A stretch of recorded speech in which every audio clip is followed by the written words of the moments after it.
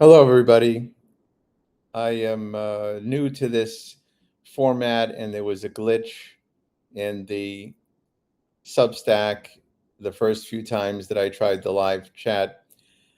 I'm not even sure that the people I sent the um, connection to actually have the right invitation to this particular video, but I'm just going to go on and it'll be recorded, and that way we can just have a conversation that my subscribers can follow up with at a later time.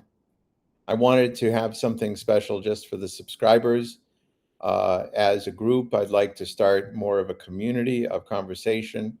And so I'm just going to go over the issues that I raised about leadership and about self-examination and self-regulation, and why I came to write such a long essay and a detailed essay researching the question of leadership and self-regulation. I began with a story from my childhood that haunted me for most of my life until to this day, of witnessing somebody with an incredible ability. It was a genius in his field, and he was actually quite famous. And his ability to just, I can't say which specialty it is, but his ability to do certain things technically was one of the best in the world. And so then in terms of that aspect of his mind was trained by thousands of different rules, and he was highly self-regulated in terms of his mode of thinking. And then one day I saw him, and from a distance in a crowd, and his little boy was hanging around his leg, and in a mischievous sort of way. And without any warning whatsoever, the same person took his big hand and walloped the child, and the child flew across the room. And so that set me on a journey, because I've been interested in the human mind my whole life, and I'm trying to understand a different kind of problem with self-regulation, with leadership, and great minds that are capable of leadership. I'm trying to understand the difference between a controlled expression of leadership and an out of controlled expression of leadership. I was trying to understand how some leaders and some people who rise to the top of organizations or agencies or for-profit groups or countries are capable, have other neurological problems, or and one of those problems, of course, is sociopathy or psychopathy. And we've seen that there are leaders, very violent leaders in the world, who are capable of rising to the top without any feeling or emotion for others, and capable, therefore, of great sadism. What intrigued me is a much more confusing aspect of leadership and parenthood and community leadership and organizational leadership. And that is that the same person who can be very kind and very concerned, when he or she is provoked by somebody who's breaking a rule and acting in an unexpected way, they can feel immediately threatened and get out of control. So both at the global level and at the local level and at the family level, there are people who are capable of great kindness as long as everybody obeys every rule that they expect them to obey. This intrigued me because it suggests that rules have a dual role in human life. On the one hand, rules are critical for safety and security and collaboration and cooperation. They are the foundation of democracy.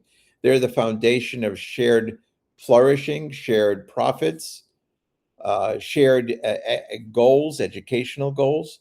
But on the other hand, there's a bit of a trap with rules, and that is that some people can't cope with them being broken. Some people can't cope with anybody who's underneath them, who's working for them, or who is dependent upon them, cannot cope with that moment of rule breakage. And in that moment, they go from being highly collaborative to being monstrous. And this is an important kind of distinction if we are to evolve more and more as a global society, as a global community. We need to understand rules, rule enforcement, and leadership in a way that is more psychologically nuanced. And this is what I've tried to do with my methodology and theory of compassionate reasoning.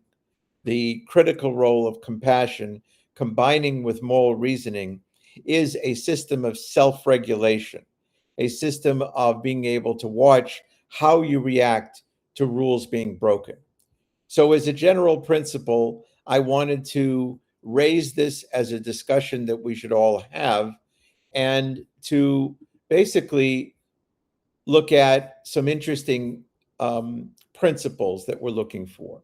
One is to establish that before you lead and enforce the rules of society at any level of leadership that you may find yourself, including a club that you run, including an organization, is that self-examination is at the core. Now, with that self-examination, there's a few things that come about. One is to understand that rules are necessary, but they can become dangerous when you as a leader use them to defend your ego rather than to protect people. So the real test of leadership is not intelligence or authority, those are important, but what happens inside of you when someone disobeys. So the purposes of rules have to be remembered at that point. And that purpose is human flourishing, it's fairness, it's trust, it's responsibility. So it's possible that a ruler correcting things in a very vigorous way can be technically correct, but he could be morally wrong if the enforcement is driven by some need inside of the leader to humiliate or to show contempt or provide excessive control for control's sake. So that is where consequences come in. Ethical decision making and ethical calculation is not just about the enforcement of rules. It is that in many situations, but it is also the consequences of what you do and how you do it, and what are the results of your enforcement. And this is where your motivations become very important. Because if your motivations are less than honorable, or if you are in trouble emotionally, your enforcement is actually going to lead to very immoral consequences, more harm, more fighting, more defiance for defiance sake, and eventually you'll find yourself in a bit of a war. This danger appears globally when leaders confuse national security with personal humiliation, or with their claim of justice and righteousness, or their claim of the right to revenge.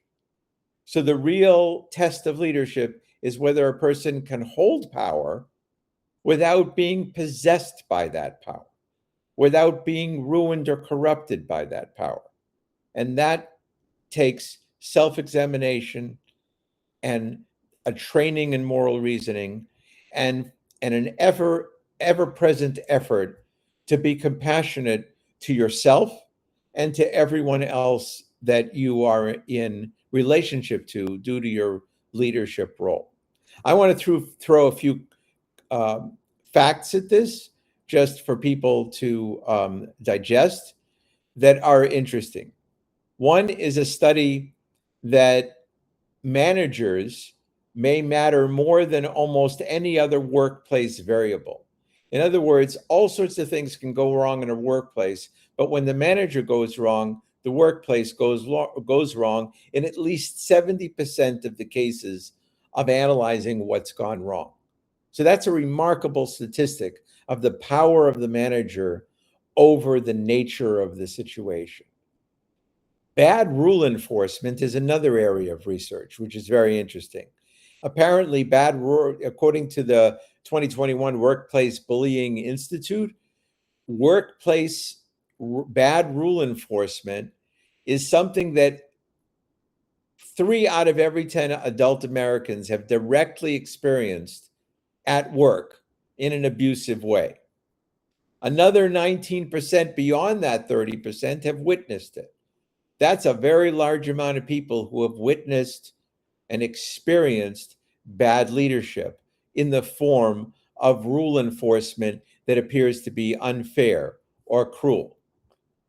Now, here's an interesting one: remote work.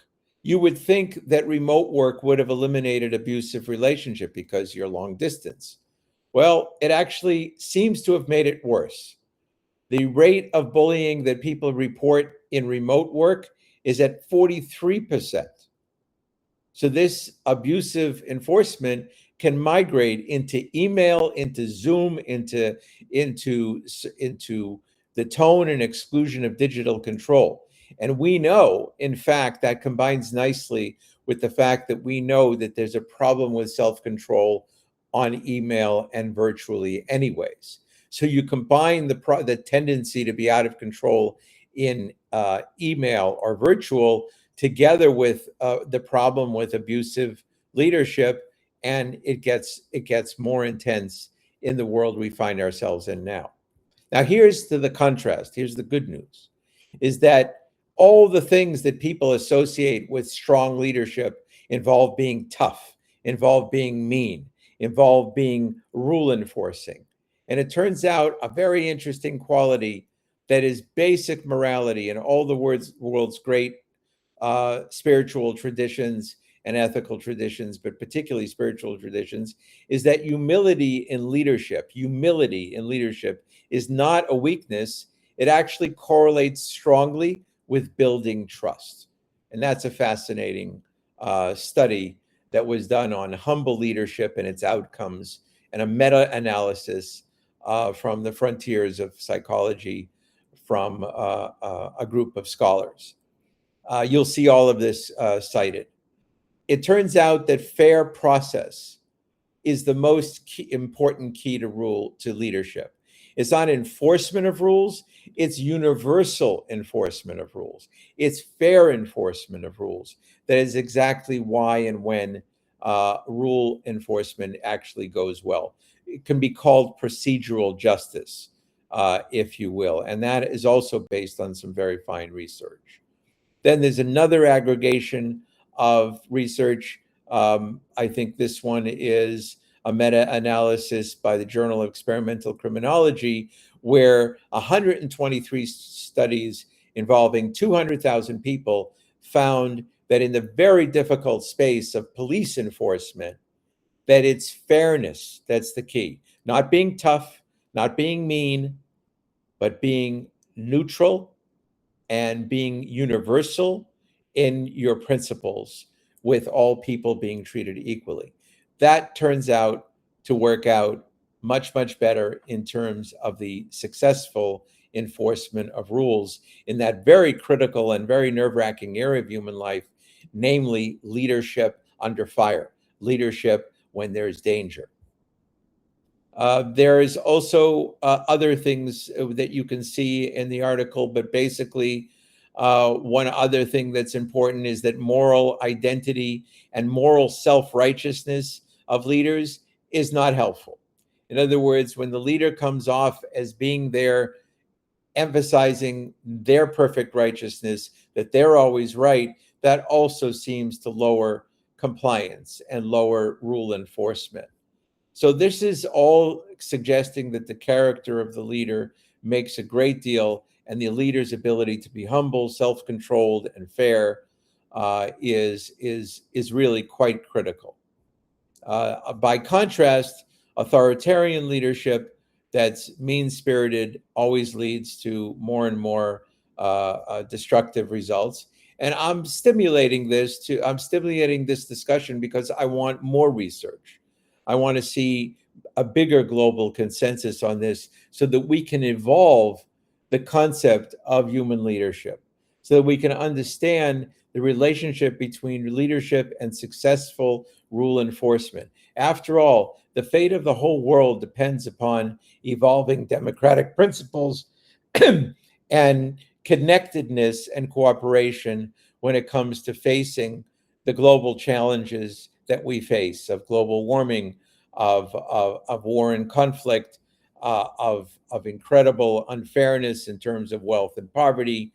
All of these things can destroy society and civilization, but the more that we build fair rules and build a notion of leadership that is evolved and enlightened, the more that we will eventually, as a species, dispense with authoritarian leadership that has had such a negative effect in select countries and select stages of growth.